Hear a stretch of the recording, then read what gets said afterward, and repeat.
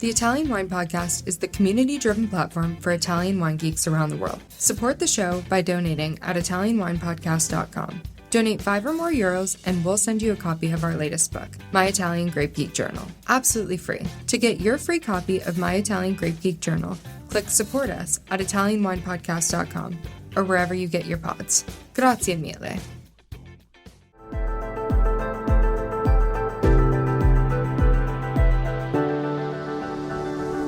Welcome to the Italian Wine Podcast. I'm Cynthia Chaplin, and this is Voices. Every Wednesday, I will be sharing conversations with international wine industry professionals, discussing issues in diversity, equity, and inclusion through their personal experiences working in the field of wine. If you enjoy the show, please subscribe and rate our show wherever you get your pods.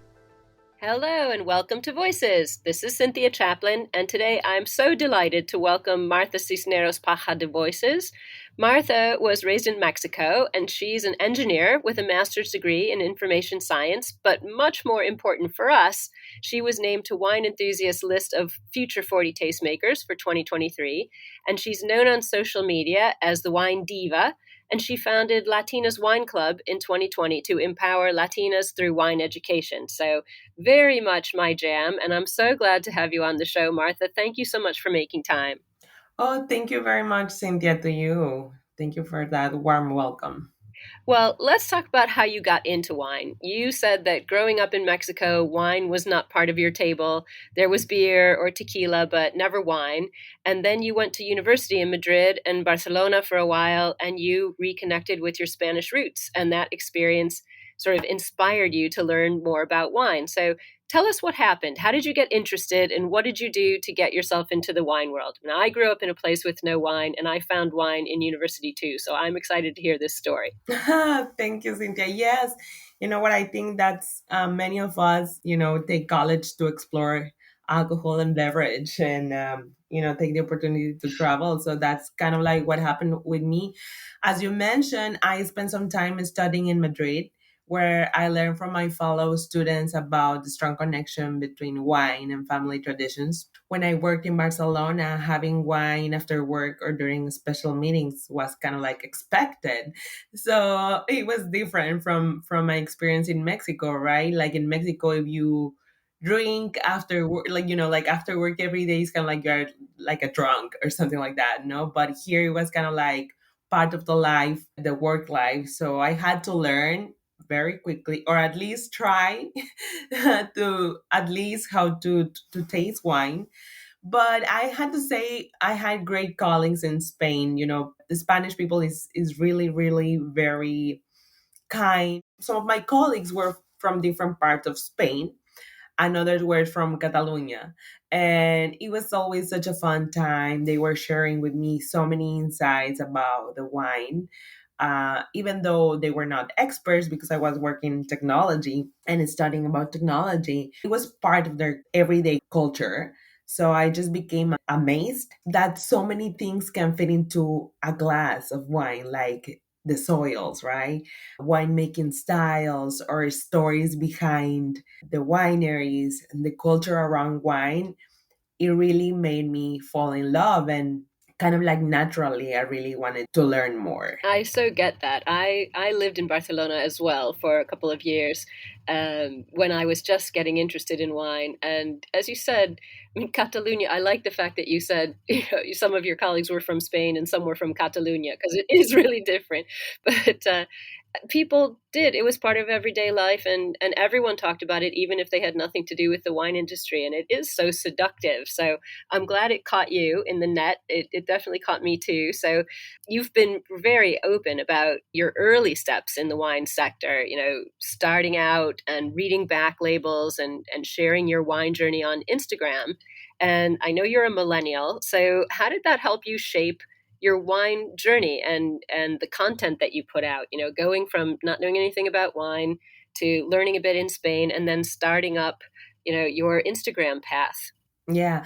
So, well, before I left to Spain, I was living in Mexico, and we were having kind of like sweet wines, like I'm not going to say brands, but it was like kind of like a Lambrusco that was like super sweet. So being in Spain, I had tasted like so many different wines that I have never exposed to in Mexico. Then I came back to Mexico for a while before immigrating to America. And I was like reading the back labels of the wine bottles, and I noticed that you can find helpful information in some of them, not all, kind of like a note of the winemaker, pairing suggestions, or but at least in all of them you will find the importer's name. And as someone that really pays attention into details, I learned to follow the importers of the wines that I enjoyed and try more of their portfolio, because my thought was like, oh, if I like these and they are importing these wines, so maybe they have something else that I am interested in. Being a millennial, kind of like that was my lead, like following the people that I trust, their palette, and I have tried many of their portfolios, and I keep doing that until this day. I am also interested in where my wine comes from, or and whether it's sustainable or organic. With easy access to technology, I can quickly research the wine that I'm selecting with just a few clicks on my phone. As you know, technology has become definitely, more accessible for my generation, and research is way more easy. Information has been more it's more locally and readily available. That's so true. If I'd had Instagram and Google when I was starting out in wine, I'd be a master of wine, like running the wine universe by now.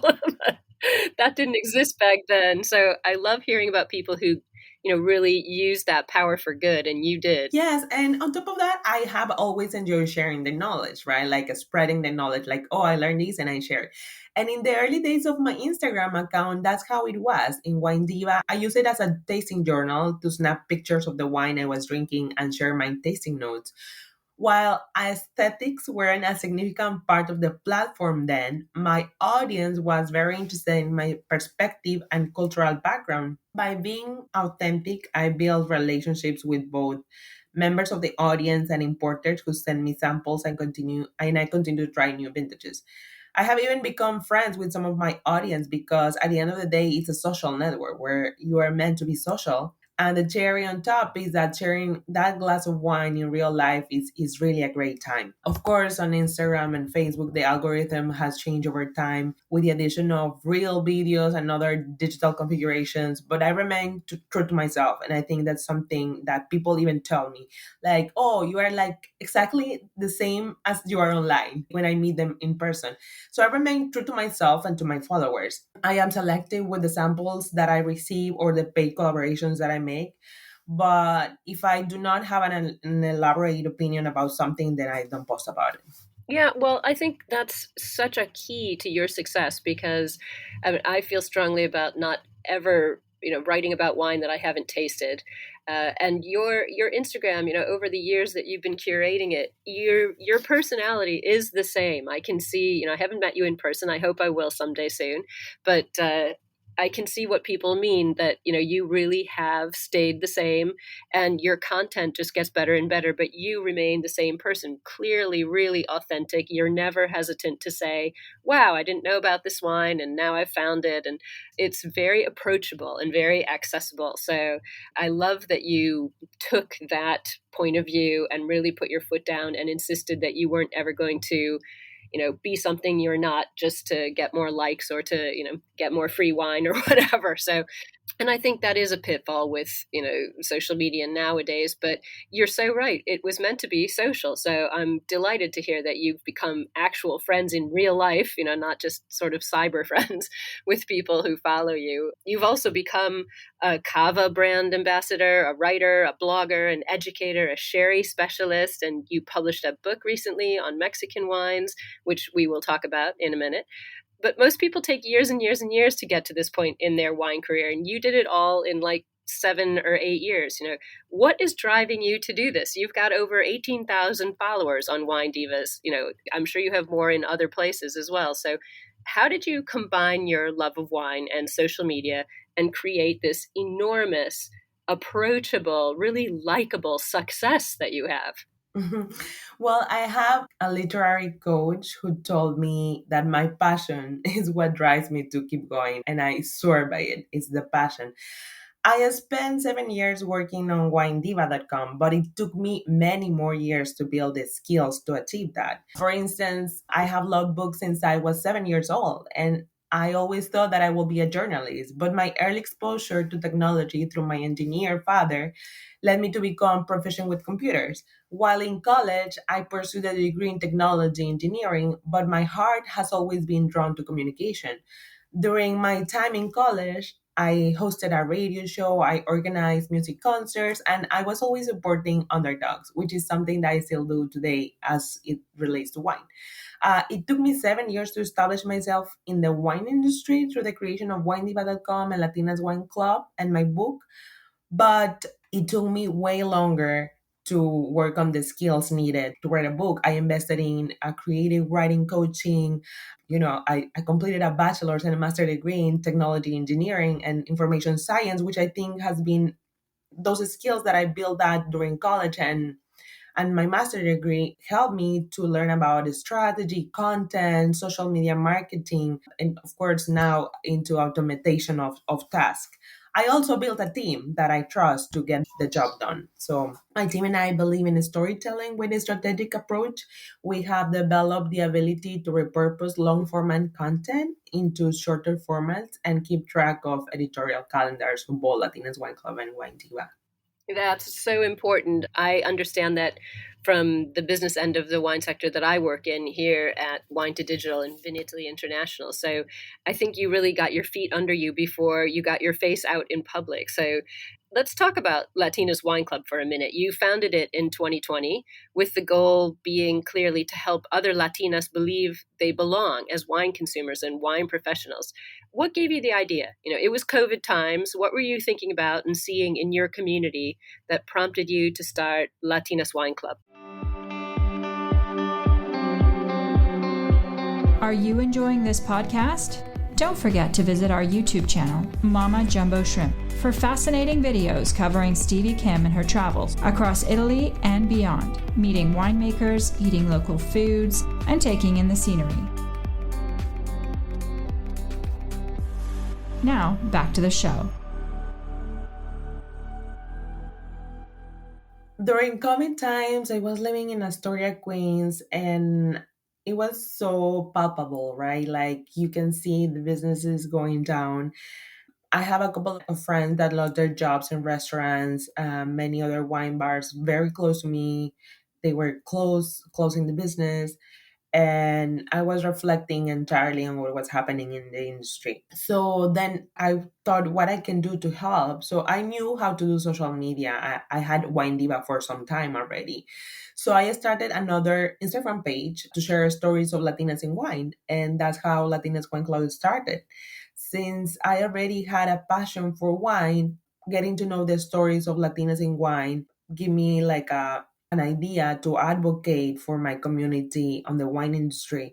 The advocacy to support fellow Latinas interested in wine or early career professionals, it became kind of like the base to for me to create and incorporate Latinas Wine Club. We leverage the Instagram page to a platform that educates Latina consumers and celebrates and promotes Latinas in wine.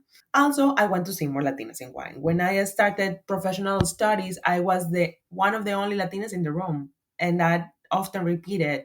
I participated in many master classes here in New York, and I was the only Latina. The next time I joined WSET class, I thought it was gonna be different. That I will find more Latina professionals or like students, and again, I was the only Latina. Then another master class, and I was the only Latina. So I started to notice a pattern, and it's been challenging, but a rewarding journey so far. And I am excited to see where it takes me next. Well, it has been super interesting to watch, and you've got some very, very serious goals for Latinas Wine Club. You've said you want to help Latinas pursue aspirations for holding managerial positions and becoming wine curators for stores and restaurants, and just simply bringing about awareness for the need for more diversity in wine. As you said, getting more Latinas in the room, all the rooms, in the som room, in the tasting room, in the classrooms, all these places. So tell us about your strategy for achieving these goals. I know you are a big believer in strategy. So what is Latinas Wine Club going to do to engage people and help them actually get these things into their life, get their foot in the door, get their seat at the table? What's the strategy? Yeah. Well, In person, we are actively involved in like grassroots efforts, as well, of course, as the strategy on the digital aspect of our work, along with creating and sharing content based on our wine school topics or editorial calendar. We have also started involving our ambassadors to produce content. However, we still believe in the one on one communication with our consumers and early career professionals through texting, emailing, and personal interactions.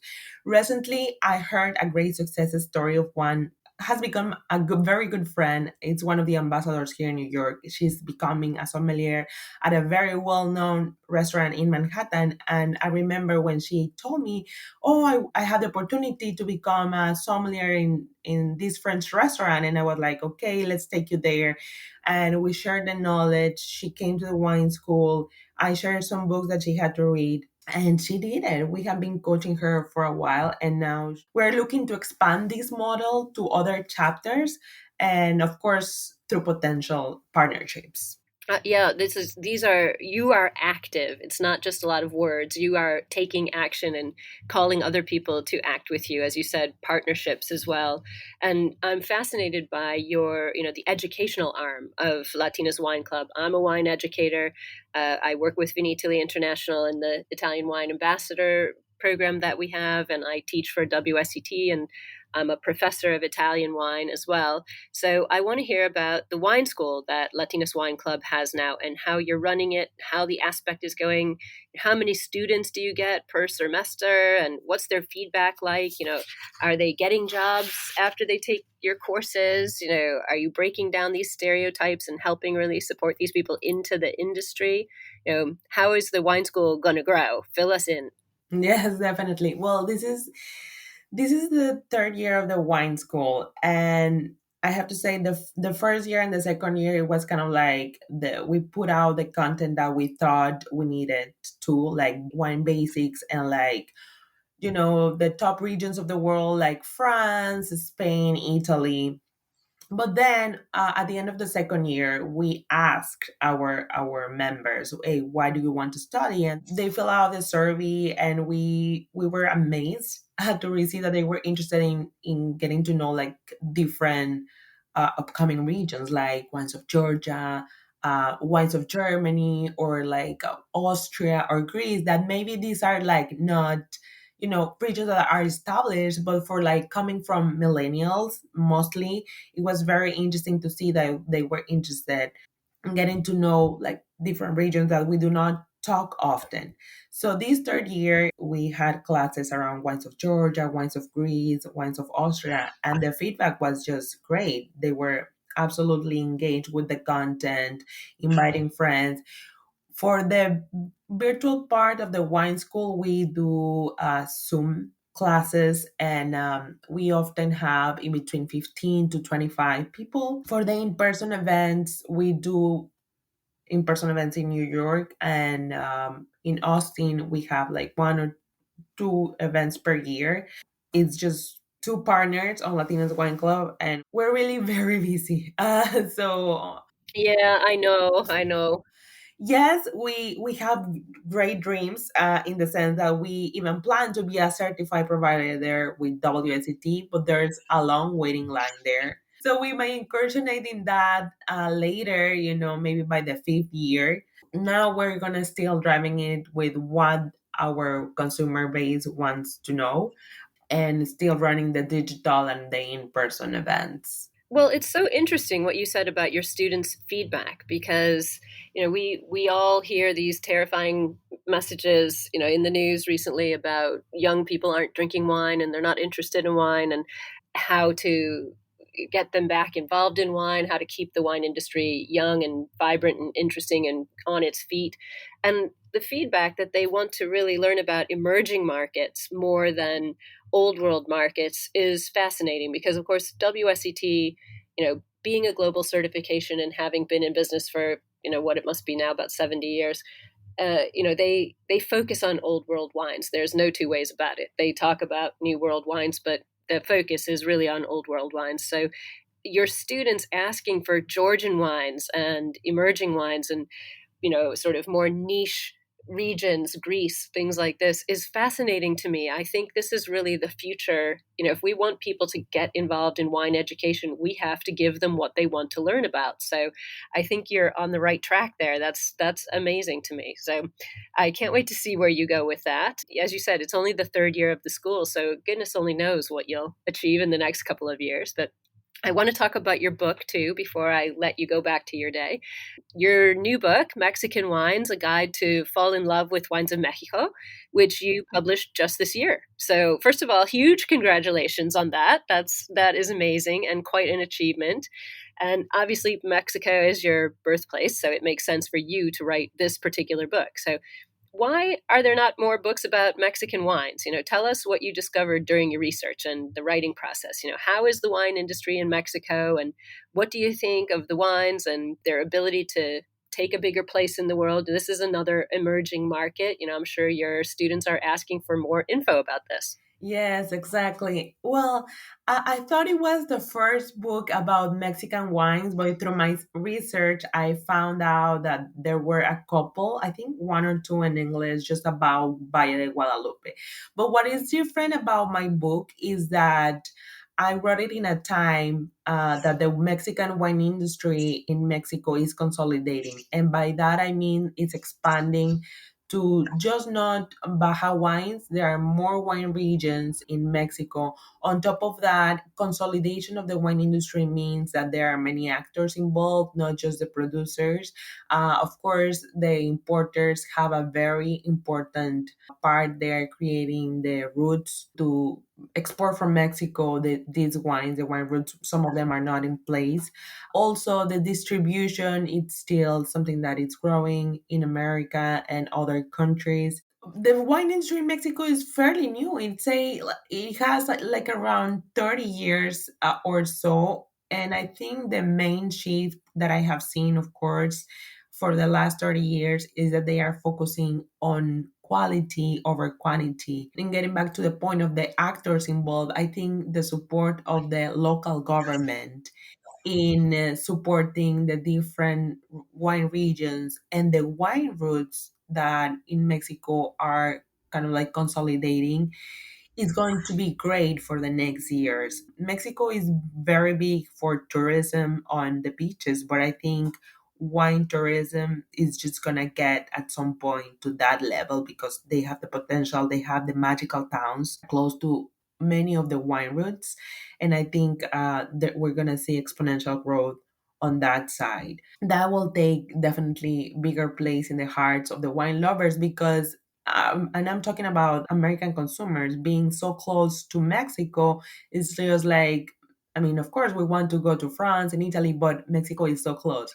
And we can get there, like, just in a few hours, be there and enjoy the Mexican wines and the experience of the people, the Mexican people, right? Absolutely. Who's your favorite producer? I mean, that's a terrible question. It's like, who's your favorite child? But who's your favorite producer in Mexico? Or who do you think is sort of leading the charge right now? Leading the charge, I think around the 1970s, there were a couple of wineries that really shifted their view, their vision, and they wanted to focus on quality.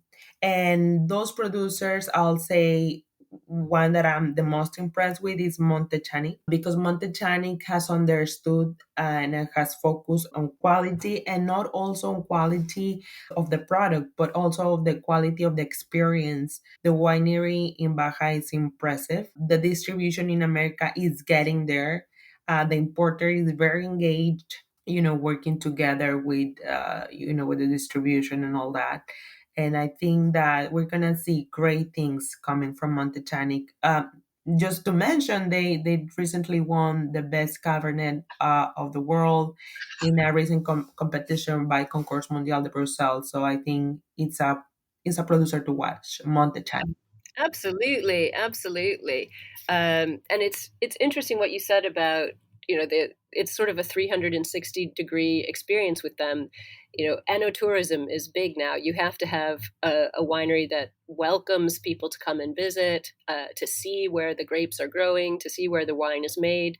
As you pointed out, millennials and Gen Z and everyone else, so interested now in where their wine comes from, and is it sustainable, and is it organic? And Montechenic is really thrown open the doors and welcomed people and really created a tourist experience that draws people in, and they're telling their story.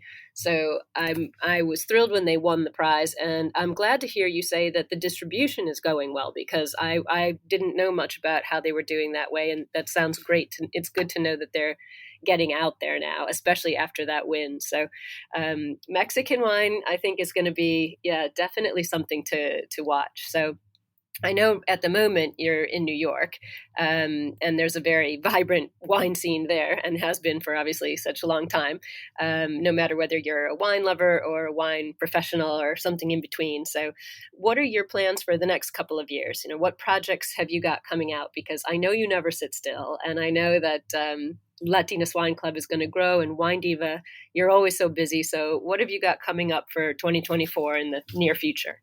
Yeah, of course. Well, for Latinas Wine Club, I am working on I'll say, artistic project that is aimed to showcase the diverse range of individuals, Latinas associated with the club, whether are consumers or professionals, to a broader audience. I think this project will also help highlight the opportunities available within our niche to those who may not have recognized it yet, especially within the industry.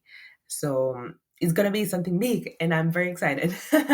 And then I am considering also taking time to focus on completing and passing the certificate Sommelier program that I started 2 years ago. I got a scholarship through the Court Master of Sommeliers, and I passed the Intro Sommelier exam, but I still have to buy the certificate.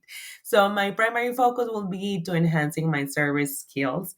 So definitely working on that.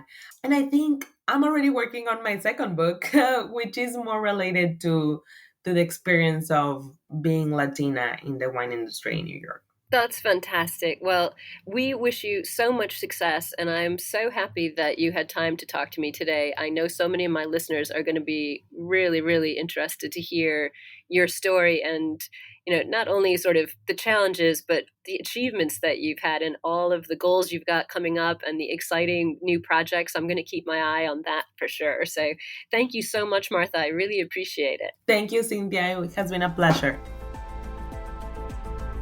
Thank you for listening, and remember to tune in next Wednesday when I'll be chatting with another fascinating guest. Italian Wine Podcast is among the leading wine podcasts in the world, and the only one with a daily show. Tune in every day and discover all our different shows. You can find us at ItalianWinePodcast.com, SoundCloud, Spotify, Himalaya, or wherever you get your pods.